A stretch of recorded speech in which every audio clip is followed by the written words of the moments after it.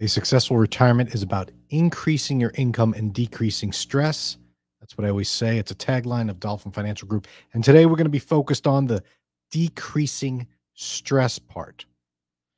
And we're going to talk about the top reasons why people get all stressed out during retirement. Bring in my very stressed out co-host, Tony Shore, to join me on this topic. Tony, I know you're not stressed, but I also know that you're not retired. I don't know. Retirement. You know it's true. You know it's true. People stress out about it. They do. As I get closer to retirement, I'm like, oh boy. And I don't worry about it. I don't worry about things as much, but my wife, Sarah, is very, she's like, Tony, we're not going to have enough money for retirement.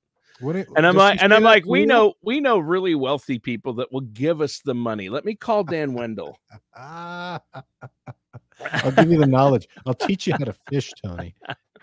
Yes. So does your wife really stress about retirement? Yeah. I mean, money in general is a stress point for her. So, as is most people. It's a leading cause of divorce too, Tony. Yep. Finances. It is. So we're doing good. 30 years, Dan. 30 years. Tell me more about this retirement stress that she has. Anything in particular that she says or feels about retirement? That we're not going to have enough. You're not going to have enough. Okay. That's the key. So that is the biggie. And I think that's the biggest BS one out there.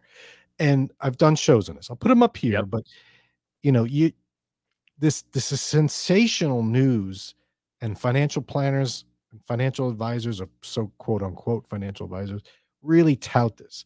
The big research groups, the financial journals and talking heads all talk about, oh, you need this much for retirement, or you're going to run out. You're not going to have enough.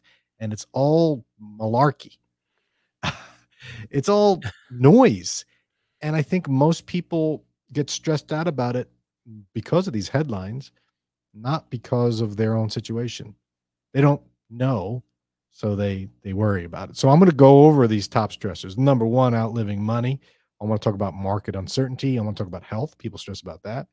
Aging parents, needy family, loss of spouse, housing situation, and social connections. So health is another big one that we're concerned about, because we see the money our parents are needing and spending for healthcare. That's usually the case. It's when you see other people, your parents, family members, struggling with something financially or health-wise, you begin to manifest that in your own mind and say, ooh, that's going to happen to me, or at least you'll think about it. Right. So, and that gets people stressed out. So let's talk about, we did this show about 4 years ago. And in that show, I gave you a would you rather. And I'm going to give it to you again to see if if you've changed your tune. So would you rather this, Tony? Now, imagine you're retiring and you need $4,000 a month to live. Okay. Whether or not that's accurate for you, and listener, think about it in your own shoes. Which would you rather have? Okay. So Tony, you need 4,000. That's established a month. And scenario A, you have 4,100 a month coming in guaranteed, and you have $100,000 to your name outside of that in retirement savings and all savings. So that's scenario one. You have 4,100 coming in when you need 4,000, and you have 100,000 in the bank. Okay. Scenario B is you still need that you no longer need that 4,000. You need 8,000. Okay. 8,000. You have 4,100 coming in, but now you have $1 million in the bank. Let's say 9,000. You need 9,000 a month. You got 4,000 coming in. So you fundamentally need 5,000, and you have $1 million in the bank. Which would you prefer? The $1 million in the bank. You'd prefer the $1 million in the bank, which is interesting, Tony, because if we flash back, because it sounds good. If we flash back to your original guess or your original preference, would you rather? You said you'd rather have the money guaranteed coming in to cover your expenses. Right. So what has changed? Now all of a sudden you're like, I'd like that million.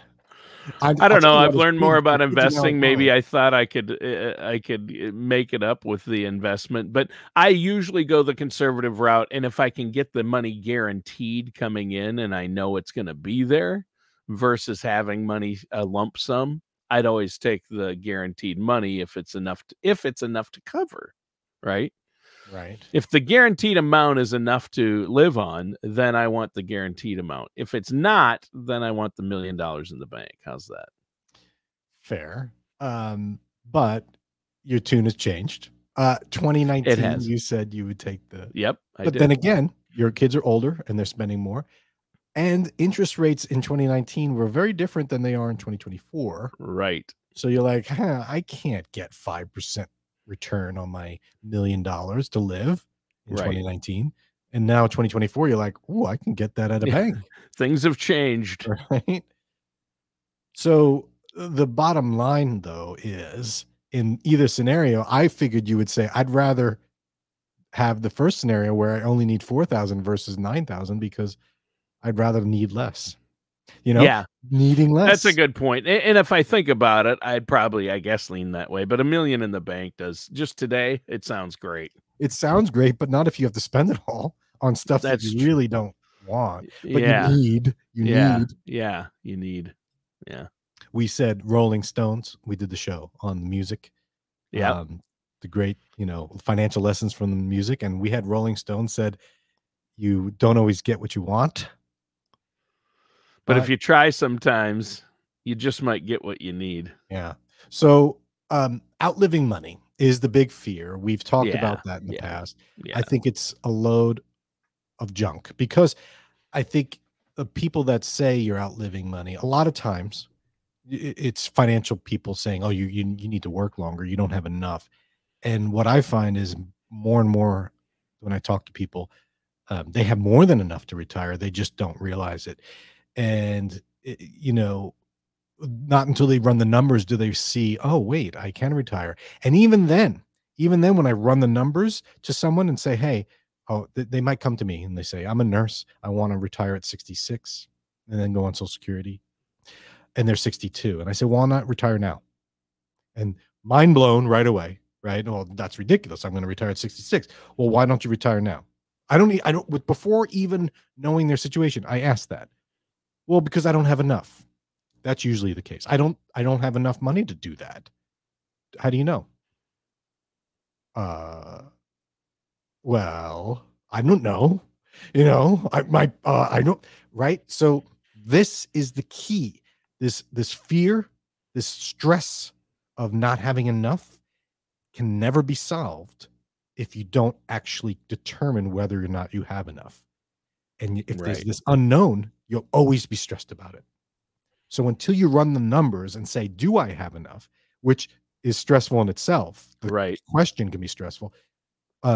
Go through that process. And then all of a sudden your mindset will change. Here's another, would you rather, Tony? Would you rather have 2 million in the bank and have to retire, but you don't know how much you spend and you don't know if you're going to run out or not?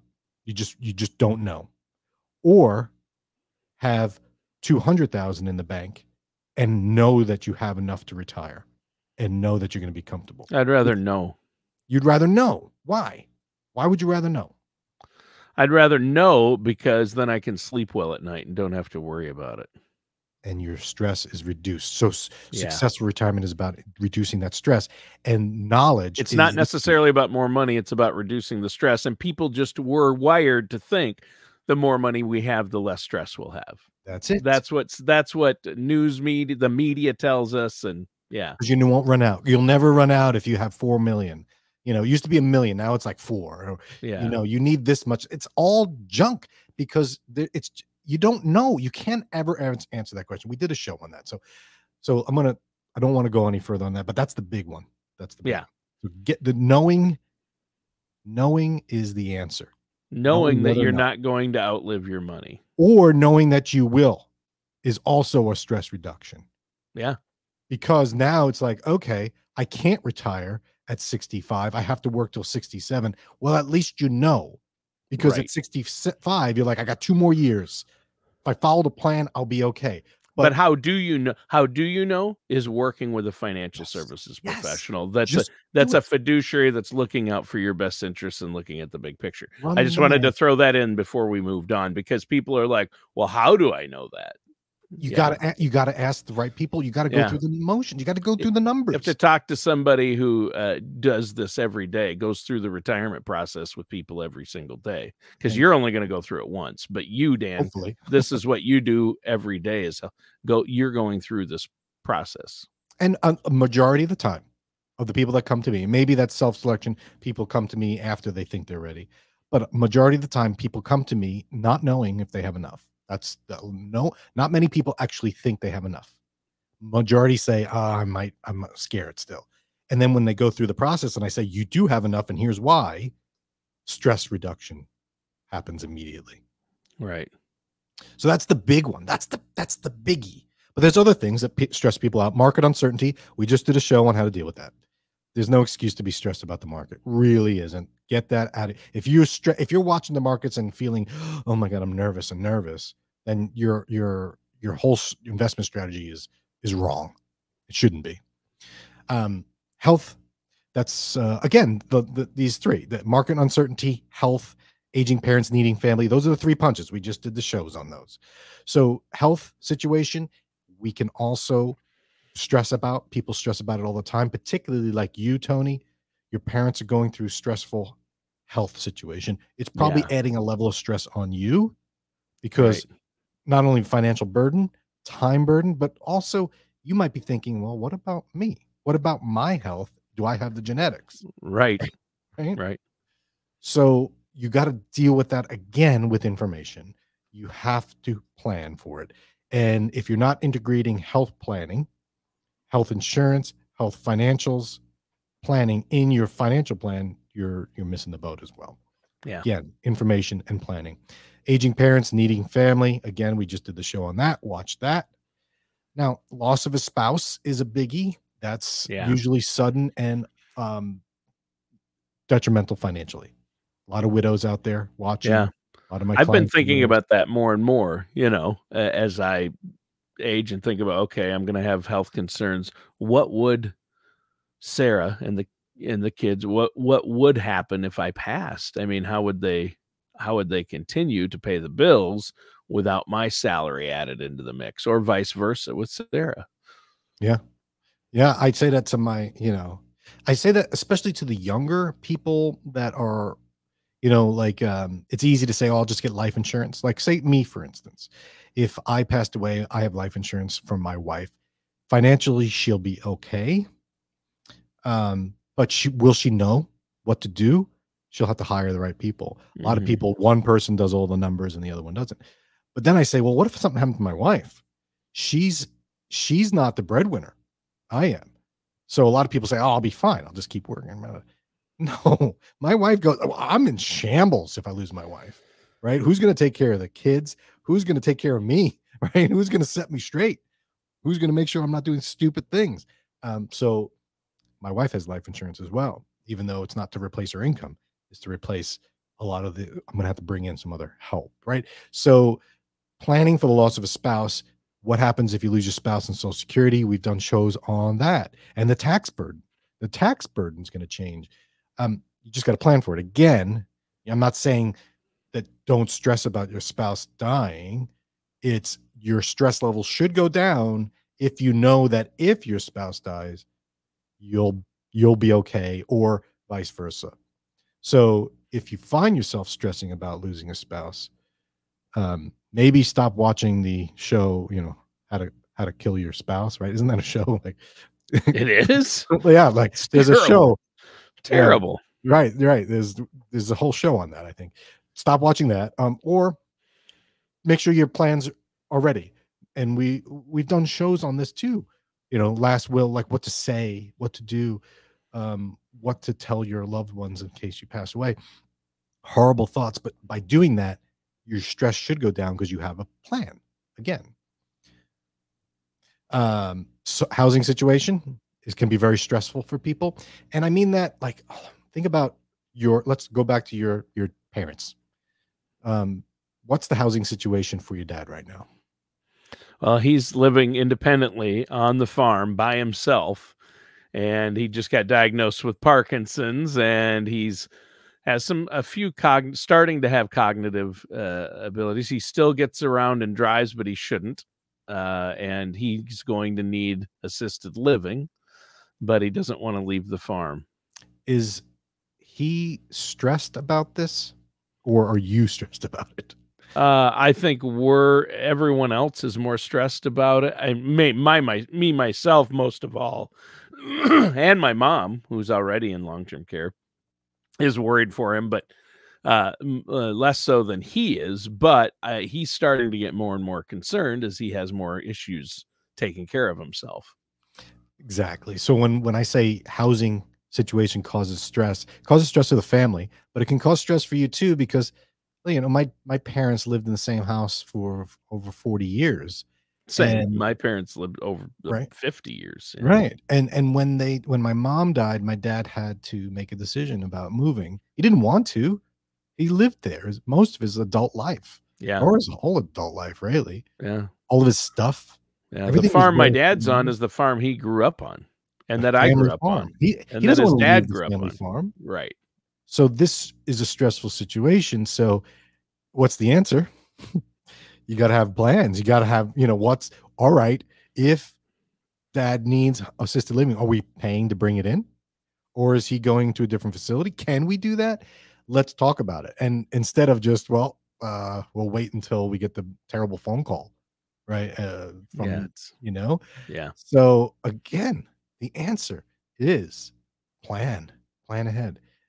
And don't neglect or don't diminish the emotional turmoil of the housing situation, because money, moving, paying for assisted living, that's one thing, but leaving a property that you identify with, that you've grown up with, that can be very detrimental and stressful. That alone can be stressful, let alone staying there and being physically unable. So it could be renovating the house versus moving out. Again, a lot of discussions, a lot of planning, but if you don't address it and you wait until the last minute, then that's when stress happens.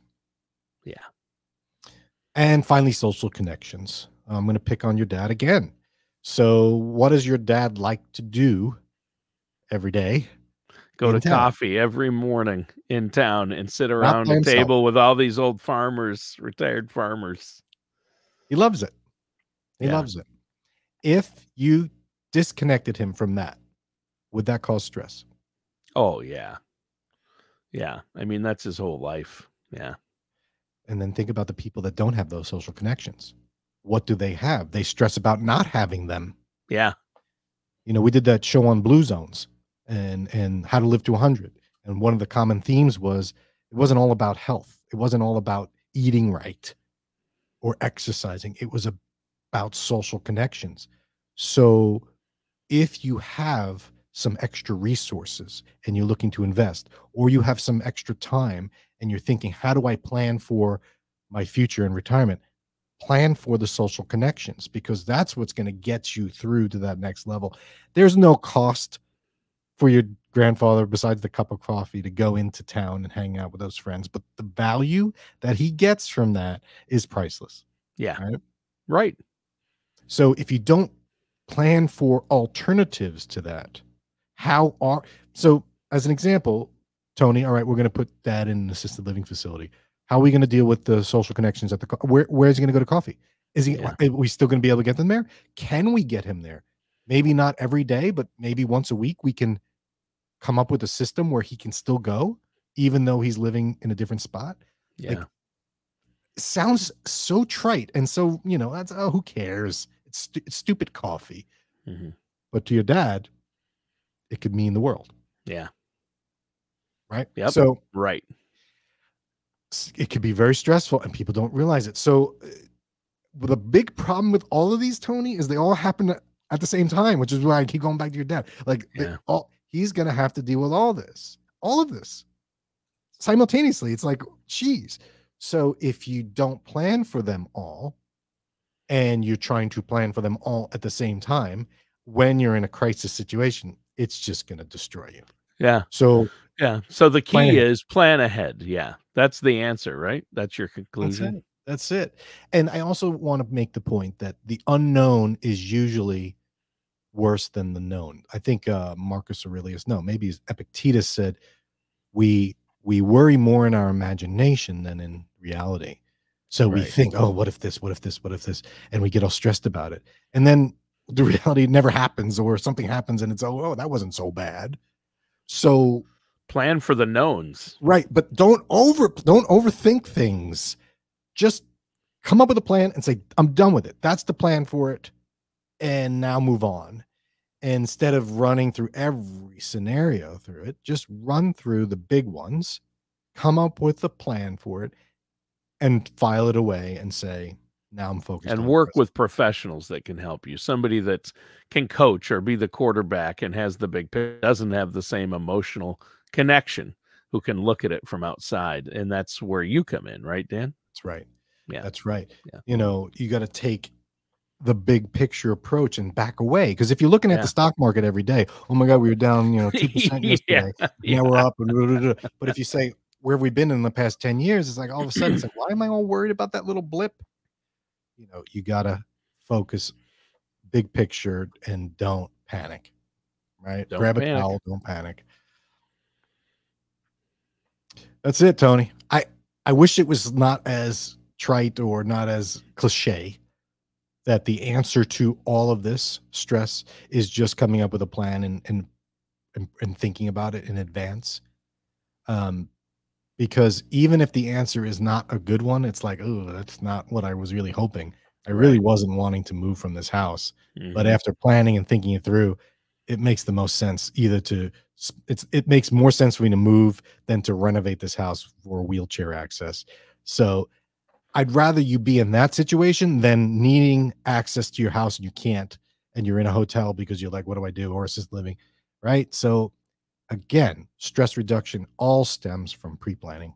That's the word.